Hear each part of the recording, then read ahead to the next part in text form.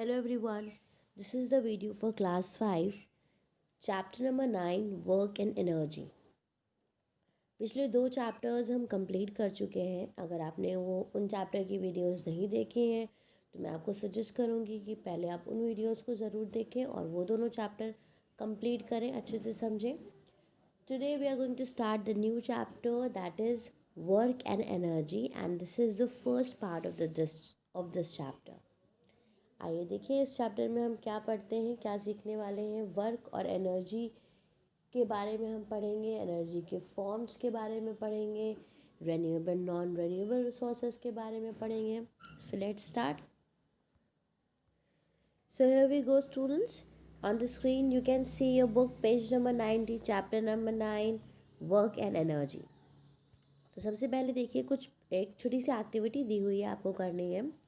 Hair you have to encircle the food. उन food के ऊपर आपको सर्कल करना है जो आपको एनर्जी प्रोवाइड करते हैं टू डू वर्क। पिछले चैप्टर नंबर 5 आप लोगों ने फूड और हेल्थ के बारे में पढ़ा था, जहाँ पे जो कंपोनेंट्स होते हैं, न्यूट्रिएंट्स जो होते हैं, उनके बारे में डिस्कस किया था। तो उसमें जो मेजर 5 कंपोनेंट्स थे हमारी डाइट के, few were what energy giving food and some were bodybuilding food, some were protective foods। तो आपको यहाँ पे जो एनर्जी गिविंग फूड्स हैं उनको आपको क्या करना है, एनसर्कल करना है। और उसके साथ साथ ये भी लिखना है कि जो फूड्स यहाँ पे दिए हुए हैं ये किस न्यूट्रिएंट में रिच हैं। जैसे पोटैटो है तो उसमें सबसे ज़्यादा क्या होता है, शुगर है तो उसमें सबसे ज़्यादा क्या होता है। इसी तरह से नीचे कई सारी पिक्चर्स बनी हुई हैं। तो this is your task, you have to encircle the food जिससे आपको खाने से एनर्जी मिलती है, और कौन से फूड इसमें, जो फूड्स बने हुए हैं उनमें कौन कौन से न्यूट्रिएंट्स प्रेजेंट हैं, सॉरी। तो आगे चलते हैं। हमारा मेन टॉपिक है वर्क, जो इस चैप्टर की हेडिंग भी है। तो वर्क क्या होता है हमें सबसे पहले ये समझना है, एनर्जी क्या होती है फिर हम वो समझेंगे।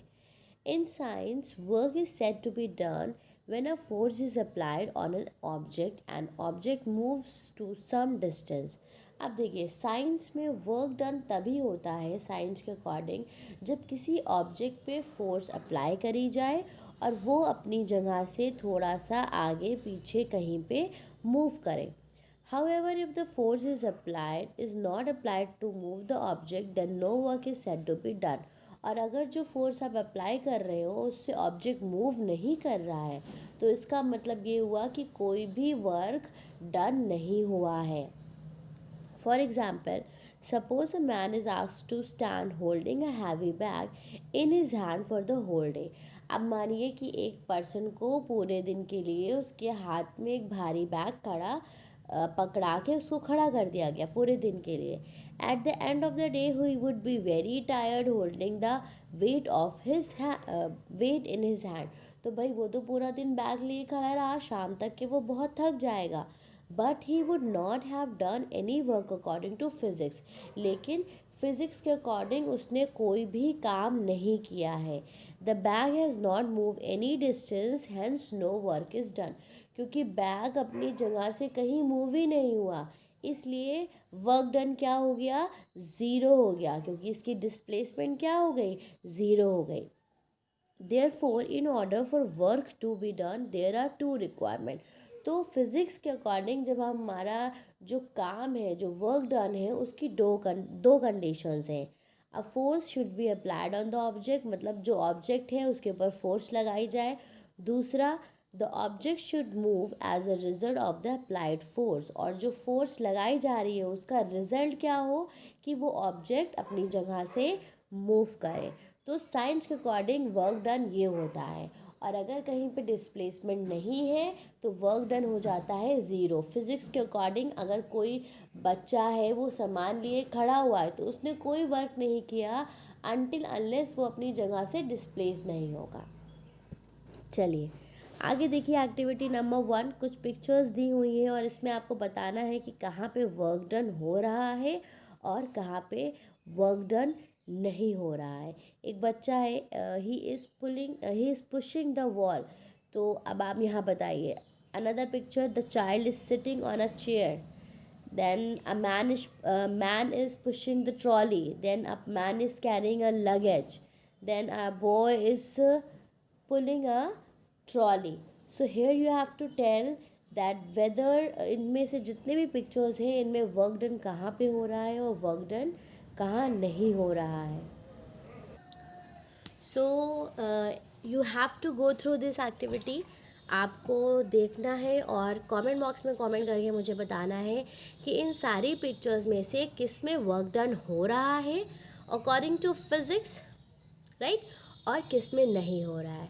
सो प्लीज़ कमेंट करिएगा ज़रूर और मुझे बताइएगा कि अमंग ऑल द पिक्चर्स किस में वर्क डन है और किस में वर्क डन नहीं हो रहा है.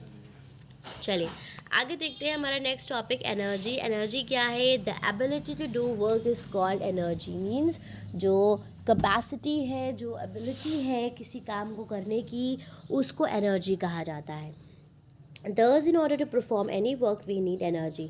तो कोई भी काम करने के लिए हमें किसकी ज़रूरत है? हमें एनर्जी, ताकत की ज़रूरत है. We require different amount of energy for doing different kind of work. अब तरह तरह के वर्क करने के लिए हमें जो एनर्जी की मीन्स, जैसे आपको कोई फिज़िकल एक्टिविटी करनी है तो आपको ज़्यादा एनर्जी रिक्वायर्ड है, अगर आपको बैठे रहना है तो आपको कम एनर्जी रिक्वायर्ड है. तो डिफरेंट एक्टिविटीज़ करने के लिए आपको डिफरेंट एनर्जी चाहिए, डिफरेंट अमाउंट ऑफ एनर्जी चाहिए. For example, we need less energy to sit and watch TV for 2 hours than to jog for half an hour. मतलब अगर आप बैठे हैं आराम से टीवी देख रहे हैं तो आपको उसमें इतनी एनर्जी नहीं चाहिए है इन कंपैरिजन अगर आप आधा घंटा कोई भागते हो, आप जॉगिंग करते हो. Similarly doing the house hold course required Similarly, doing household chores required more energy than sitting at a desk and working on a computer. इसी तरह से जो घर के काम हैं उसको हाउस होल्ड चॉर्स करने में ज़्यादा एनर्जी रिक्वायर्ड है इन कंपैरिजन विद अगर आप कंप्यूटर पे बैठ के आराम से कोई काम कर रहे हो. मीन्स फिज़िकल एक्टिविटीज़ जब हम करते हैं तो उसमें ज़्यादा एनर्जी रिक्वायर होती है. तो डिफरेंट एक्टिविटीज़ करने के लिए डिफरेंट अमाउंट ऑफ एनर्जी चाहिए. We get energy from doing work for the food from the food we eat. और हमें एनर्जी कहाँ से मिलती है? जो हम खाना खाते हैं उससे मिलती है. Food that are rich source of carbohydrate and fat, they are the energy giving food. They provide us with energy and we have studied this in the previous chapter also कि एनर्जी गिविंग फूड्स कौन से होते हैं? Carbohydrates and fats. Cereals like rice, wheat, corn, etc., fruits, sugar, potatoes contain carbohydrates and are required in large quantities. तो ये सब क्या है? ये सब एनर्जी गिविंग फूड्स हैं जो हमें लार्ज क्वांटिटी में चाहिए होते हैं because we need energy to do work, right. Oil, butter, cheese, ghee, cream, etc. are foods rich in fats and are required in small quantities. और फैट भी क्या है? एनर्जी गिविंग फूड है, but ये हमारी बॉडी में बहुत कम मात्रा में रिक्वायर्ड होते हैं, जो कि सारे एग्जाम्पल्स अभी आपने पढ़े. अब हम डिस्कस करेंगे फॉर्म ऑफ एनर्जी क्या है. तो आपको पता है कि जो एनर्जी क्या है? डिफरेंट फॉर्म में एग्जिस्ट करती है.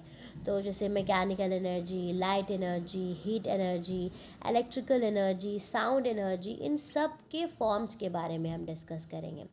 तो सबसे मैकेनिकल एनर्जी क्या है? The energy in an object due to its position और movement is called the mechanical energy. अब कोई भी ऑब्जेक्ट है, चाहे वो स्टेशनरी हो या वो मूव कर रहा हो, उसमें एक एनर्जी है, उस एनर्जी को कहते हैं mechanical energy. For example, the moving water or the wind can be used to rotate the turbines and produce electricity. अब जैसे मूविंग जो हवा है तो और जो फैंस एयर है, तो इनमें क्या है? एक एनर्जी है that is use to generate, जिससे टर्बाइंस को मूव किया जा सकता है और फर्दर इलेक्ट्रिसिटी जनरेट करी जा सकती है, राइट. इसी तरह से आगे देखिए लाइट एनर्जी क्या है। Light energy help us to see the things around us. तो लाइट एनर्जी क्या है, जो हम रोशनी है वो लाइट एनर्जी है। Plant use this energy to prepare this food. सबको पता है कि प्लांट क्या करते हैं, सूरज की रोशनी से अपना खाना बनाते हैं फोटोसिंथेसिस के प्रोसेस से। The sun is the primary source of light on earth.